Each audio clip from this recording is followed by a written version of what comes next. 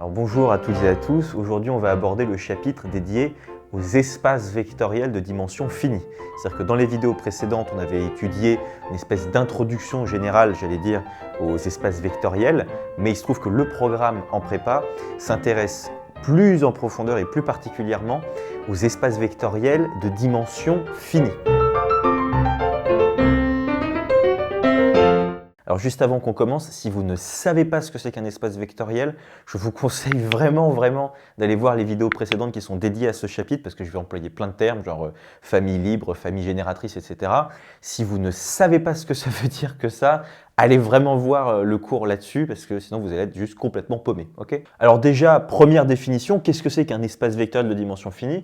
Pour ça, pour expliquer ce que c'est, je vais prendre un espace vectoriel quelconque. Donc je prends E, un espace vectoriel, donc je vais noter ça un EV, ok, un espace vectoriel. Ça, il faut vraiment être à l'aise avec cette écriture-là. EV pour espace vectoriel, SEV pour sous-espace vectoriel, ok. Donc soit E, un espace vectoriel, on dit que E est de dimension finie s'il possède au moins, c'est très important, il peut y en avoir plusieurs bien sûr, au moins une famille génératrice contenant un nombre fini de vecteurs.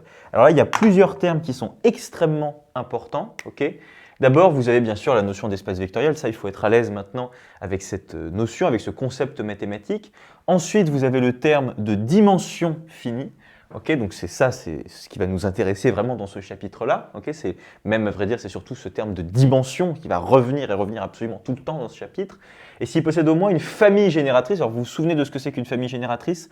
Allez voir le cours, on va reprendre ici un exemple pour bien réexpliquer, okay, contenant un nombre fini de vecteurs. Contenant un nombre fini de vecteurs. Et c'est aussi bien sûr le nombre fini, ça c'est aussi très important, puisque c'est ça qui fait qu'on est en dimension finie. Okay, alors maintenant, juste pour reprendre un exemple avec lequel normalement vous êtes assez familier, c'est le plan. Voilà, alors le plan, qu'est-ce que c'est? C'est en réalité R2. C'est R2. Pourquoi? Parce que vous avez un axe réel ici et un deuxième axe réel ici. Okay, le plan, ça c'est R2, il n'y a pas de problème, il faut vraiment être à l'aise avec ça. On peut aussi le voir d'une autre façon, c'est-à-dire que tous les points qui sont sur mon plan, en fait, ils ont deux coordonnées. Une coordonnée sur cet axe et une coordonnée sur cet autre axe ici. Et bien ce plan-là, on l'a vu, il peut être généré tout à fait par exemple par ces deux vecteurs-là, celui-là et celui-là. Par exemple, bon là je les ai pris perpendiculaires, mais on aurait pu les prendre d'une toute autre façon avec des normes complètement différentes, du moment qu'ils ne sont pas collinaires, vous vous souvenez, c'est-à-dire qu'il ne faut pas qu'ils soient alignés comme ça, et bien là vous pouvez tout à fait générer tout le plan grâce à ces deux vecteurs-là. Lui j'ai qu'à l'appeler U et lui j'ai qu'à l'appeler V. Alors pourquoi est-ce qu'on est capable de générer tout le plan grâce à U et à V? Parce que regardez, n'importe quel point sur le plan peut être considéré comme une combinaison linéaire, on se souvient, de U et de V. C'est-à-dire que si jamais je prends un point complètement quelconque dans R2, mais vous voyez, ce point, je peux tout à fait l'atteindre grâce à une combinaison linéaire de U et de V. Okay, ici, c'est à peu près 2 fois U plus 2 fois V. C'est-à-dire que regardez, si jamais je représente mon point A, mais cette fois-ci sous une forme vectorielle, c'est-à-dire que je le représente comme ça, je pars de l'origine et je vais jusqu'à mon point A. Okay, je décide d'appeler ce vecteur W. Là, W, c'est à peu près, visuellement, allez, c'est un peu plus que 2 fois U. W, c'est à peu près 2,5 fois U, on va dire. Et plus, allez, un peu plus que 2, on va dire aussi 2,5 fois V, parce que je ne sais pas très bien dessiner. Vous voyez que le point qui est ici, je peux tout à fait l'atteindre en partant de l'origine du repère grâce à une combinaison linéaire de U et de V. Et ça, c'est vrai pour n'importe quel point de mon plan. C'est pour ça qu'en fait, on dit que U et V sont capables de générer le plan parce que grâce à ces deux vecteurs, encore une fois, qui sont non collinéaires, okay, je peux atteindre n'importe quel endroit de mon plan. Même les points qui sont ici. Vous voyez, par exemple, le point même qui est sur cette droite-là et qui est là, par exemple, c'est 0,5 fois U, si je me mets là. Donc vraiment, U et V sont capables de générer tout le plan. C'est une famille génératrice de mon plan. C'est une famille génératrice de R2. Or, cette famille-là, cette famille de U et V, combien de vecteurs est-ce qu'elle contient? Elle en contient seulement 2. Elle en contient 2, c'est U et V. Donc cette famille, elle est génératrice de R2, ça veut dire que R2 possède bien au moins une famille génératrice qui possède un nombre fini de vecteurs, voyez. R2, c'est un espace vectoriel qu'on peut tout à fait générer à partir d'une famille contenant 2 vecteurs, voyez ici. Et donc R2 est bien de dimension finie. Il est bien de dimension finie parce qu'il possède bien au moins une famille génératrice. Cette famille, on va l'appeler F. F, c'est quoi comme famille? C'est la famille UV. Cette famille UV, elle est bien génératrice de R2 et elle comporte bien un nombre fini de vecteurs. En fait, Ce qu'il faut avoir en tête lorsqu'on parle de famille finie de vecteurs, ce n'est pas tellement que ce soit fini, bien sûr, c'est ça qui est important. Mais c'est plus l'idée que ce n'est pas infini. C'est une famille qui ne contient pas une infinité de vecteurs. C'est-à-dire, imaginez un petit peu le truc, si vous êtes face à un espace vectoriel qui, pour être généré, a besoin d'une infinité de vecteurs, voyez, dans sa famille génératrice, et bien là, ce n'est pas un espace vectoriel de dimension finie. C'est ça ce qu'il faut comprendre derrière la notion d'un nombre fini de vecteurs. L'idée, c'est justement que cette famille génératrice, elle ne contient pas une infinité de vecteurs. Elle contient un nombre fini de vecteurs. Donc ici, c'est U et V, il n'y a pas de problème, c'est bon, ça génère bien R2. R2 est donc de dimension finie. Okay. Alors juste pour rappel de quelques notions, hein, on se souvient que R2, là, dans ce cas-là, on disait que R2, c'était égal à quoi? On a dit que c'était égal à vect de UV. Qu'est-ce que c'est que vect de UV? Alors on s'en souvient, c'est un espace vectoriel. Normal, il y a égalité avec R carré, donc c'est un espace vectoriel. Mais c'est surtout l'ensemble de toutes les combinaisons linéaires possibles que je peux faire avec U et V. Et on voit bien là sur le schéma que toutes les combinaisons linéaires possibles que je peux faire avec U et V, ça me fait tout mon plan. Ça me fait tout mon plan. Donc c'est bien ça, U et V, ils génèrent tout le plan.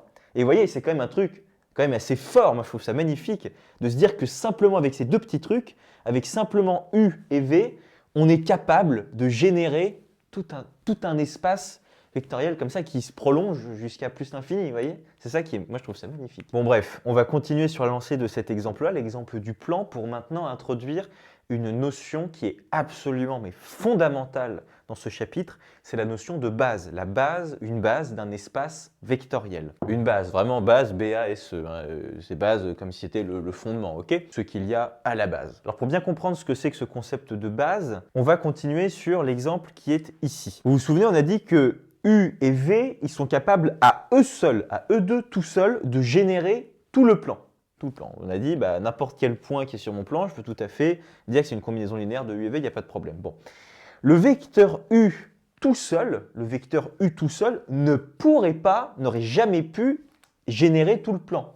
Le vecteur U, lui, ce qu'il est capable de générer, c'est simplement la droite qui est ici. Bah oui, parce que lui tout seul, en fait, je ne peux pas atteindre un point qui est ici, par exemple. Vous voyez, j'ai besoin pour ça de m'élever au-dessus de ma droite.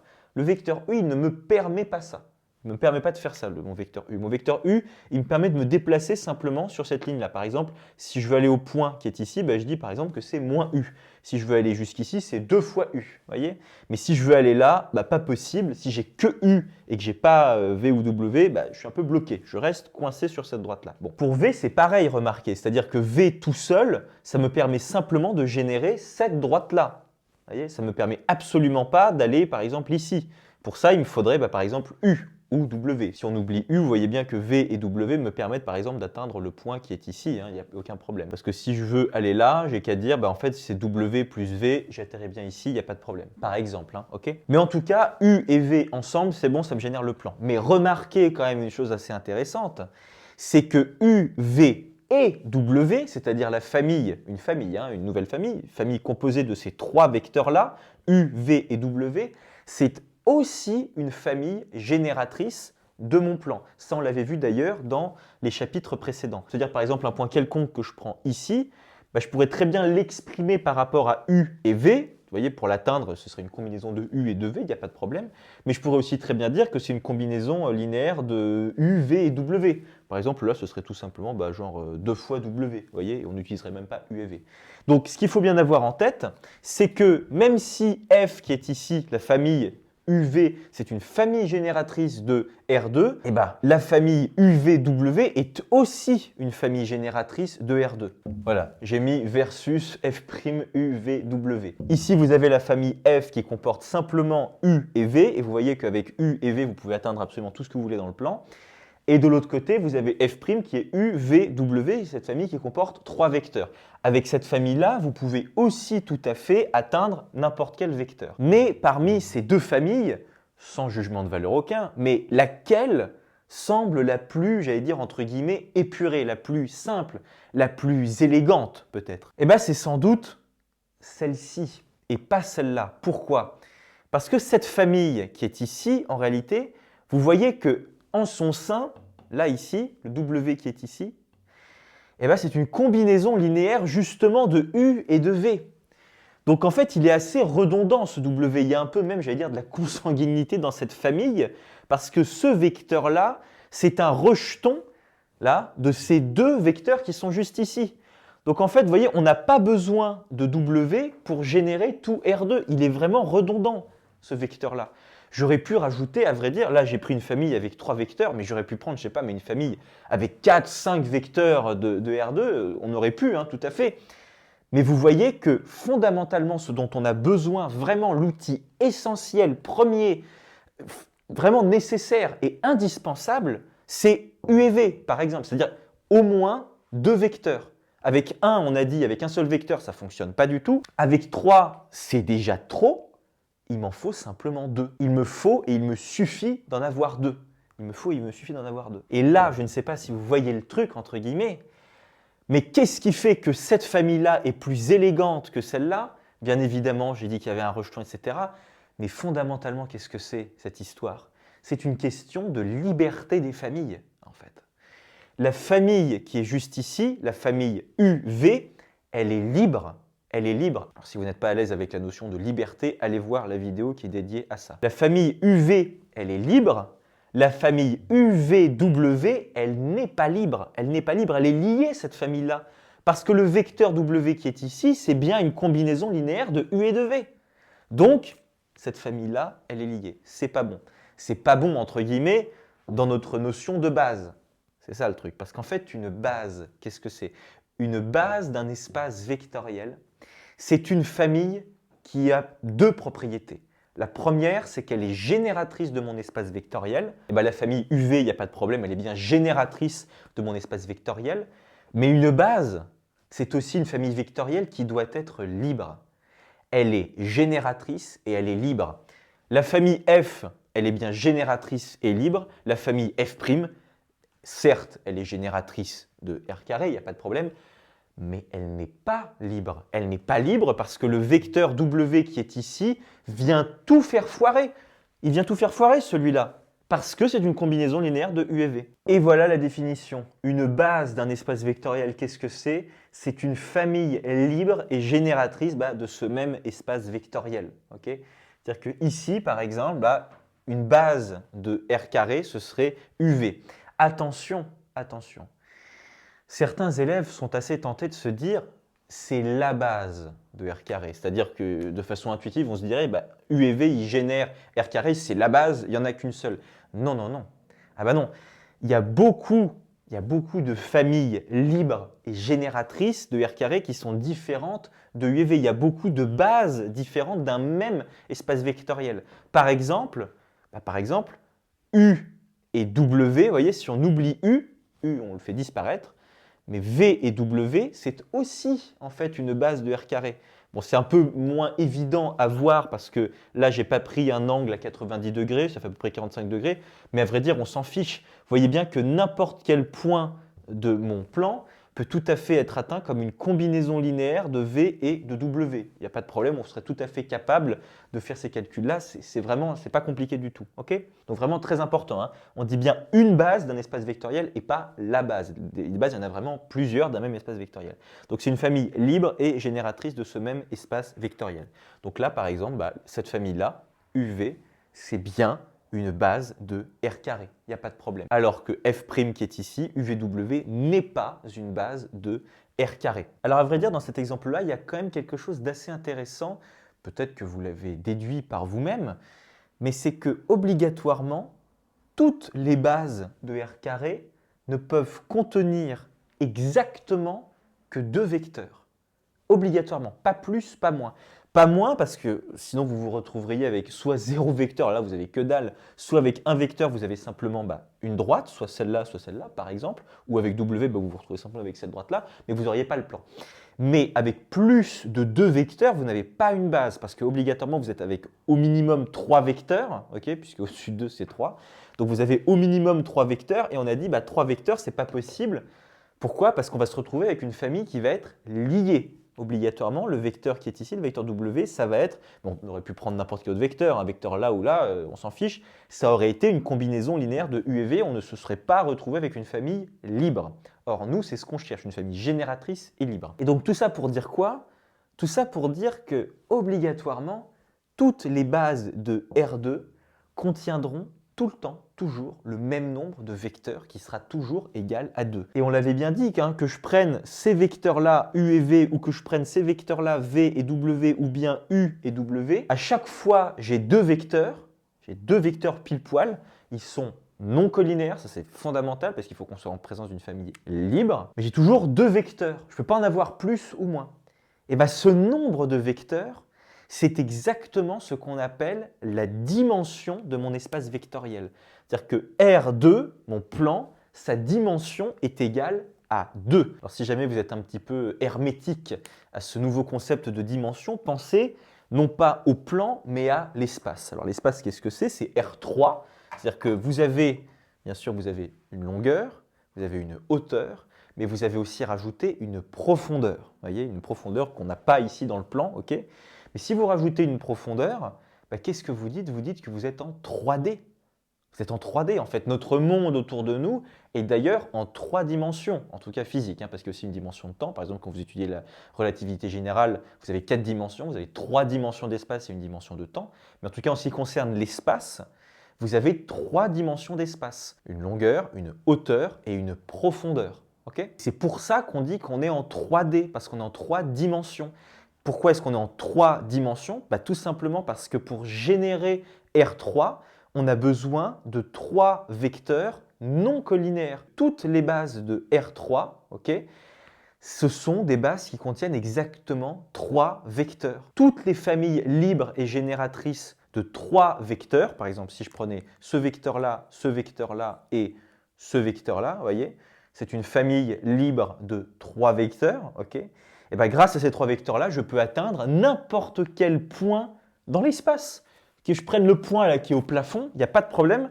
Avec une combinaison linéaire de ces 3 vecteurs-là, je peux tout à fait l'atteindre. Il n'y a aucun problème avec ça. En fait, la famille de ces 3 vecteurs-là, mais ça aurait pu être aussi ces vecteurs-là, ou ces vecteurs-là, ou ces vecteurs-là, etc. Mais du moment qu'ils forment une famille de vecteurs libres et génératrices de mon espace, il n'y a pas de problème, ce sera bien une base. Et donc, la dimension de l'espace généré, ce sera égal justement à ce nombre de vecteurs-là. Alors si maintenant je rajoutais par exemple un 4e vecteur à ces 3-ci, et ben, par exemple le vecteur qui est ici, ben, le vecteur qui est là, ce serait une combinaison linéaire de celui-là, celui-là et celui-là, et donc ma famille serait liée. Pas possible, pas possible. Parce que nous, ce qu'on veut bien sûr, c'est une famille libre. Si jamais j'enlevais ce vecteur-là, je ne pourrais pas générer l'espace, j'aurais simplement un plan. J'aurais le plan qui est là, qui est comme ça, hein, qui est OK. Ou si j'étais là, j'aurais le plan qui est juste en face de moi, comme ça. OK? Donc j'ai besoin ni plus ni moins exactement de ces 3 vecteurs pour générer R3. C'est pour ça qu'on dit qu'on est en 3 dimensions. Le nombre de vecteurs qu'il y a dans toutes les bases de n'importe quel espace vectoriel, c'est la dimension de cet espace vectoriel bien précis. Ici, je suis face à un espace vectoriel de dimension 2. Pourquoi? Parce que toutes les bases, systématiquement, toutes les bases de R2 contiennent exactement ni plus ni moins que 2 vecteurs. R3, c'est pareil, il y en a 3, ni plus ni moins. Mais le truc, c'est que là, avec ces deux exemples-là, c'est-à-dire R2 et R3, on est avec des exemples d'espace vectoriel, j'allais dire, assez intuitifs au niveau des dimensions, parce que c'est très visuel, vous voyez, c'est physique, c'est ce qu'on voit tous les jours. Là, on est à 2 dimensions, on comprend. C'est-à-dire que là, lorsque je prends un point qui est ici, j'ai besoin seulement de 2 coordonnées. Okay, si je suis dans l'espace, ben, j'ai besoin de 3 coordonnées, c'est logique. Mais le truc, c'est que les espaces vectoriels, on se souvient, ça n'est pas simplement que des flèches et des vecteurs comme ça. Un vecteur, ça peut tout à fait aussi être, par exemple, des matrices. Vous vous en souvenez? Ça peut être des suites aussi. Ça peut être beaucoup de choses, ça peut être vraiment beaucoup de choses un espace vectoriel. Donc vous allez avoir des espaces vectoriels qui vont avoir des dimensions finies, mais dont les vecteurs ne sont absolument pas ces espèces de déplacements-là, mais sont à la place, par exemple, comme je disais, soit des matrices, soit des suites, etc. Ça peut vraiment être des objets mathématiques complètement différents. Et donc il va falloir s'habituer à ce concept de dimension transposer, j'allais dire, à ces autres espaces vectoriels qui sont moins visuels, entre guillemets. Vous voyez ce que je veux dire? Un espace vectoriel de suite ou un espace vectoriel de matrice, vous voyez, bah, il va falloir s'habituer progressivement, mais vous en faites pas, on va le faire pour s'habituer justement à ça. Et bah, il faut aussi s'habituer au fait que ces espaces vectoriels-là, ils ont aussi des dimensions qui sont finies, et donc ils ont aussi des bases. Ils ont des bases, ok? Et ça d'ailleurs, c'est un théorème extrêmement important et qu'il faut vraiment que vous ayez en tête avec vous, c'est que tout espace vectoriel de dimension finie, ok, non réduit au vecteur nul, ok, non réduit au vecteur nul, admet obligatoirement au moins une base. Ça, c'est vraiment fondamental, hein. Tout espace vectoriel de dimension finie non réduit au vecteur nul admet une base. Ok? Et alors au passage, ce que je vous ai dit juste avant à propos du fait que toutes les bases d'un même espace vectoriel possèdent exactement le même nombre de vecteurs, ça c'est ce qu'on appelle le théorème de la dimension. Ok? Et on se souvient d'ailleurs au passage que ce nombre de vecteurs, c'est justement égal à la dimension de mon espace vectoriel en question. Okay. Alors à présent, on va s'extraire, j'allais dire, des exemples, parce que là, on était avec R carré et R3, etc. On va passer à des espaces vectoriels de dimension quelconque, c'est-à-dire de dimension n, avec n qui peut être vraiment n'importe quoi. Il ne faut pas avoir peur de ça. Vous pouvez tout à fait avoir des espaces vectoriels qui ont des dimensions très très grandes.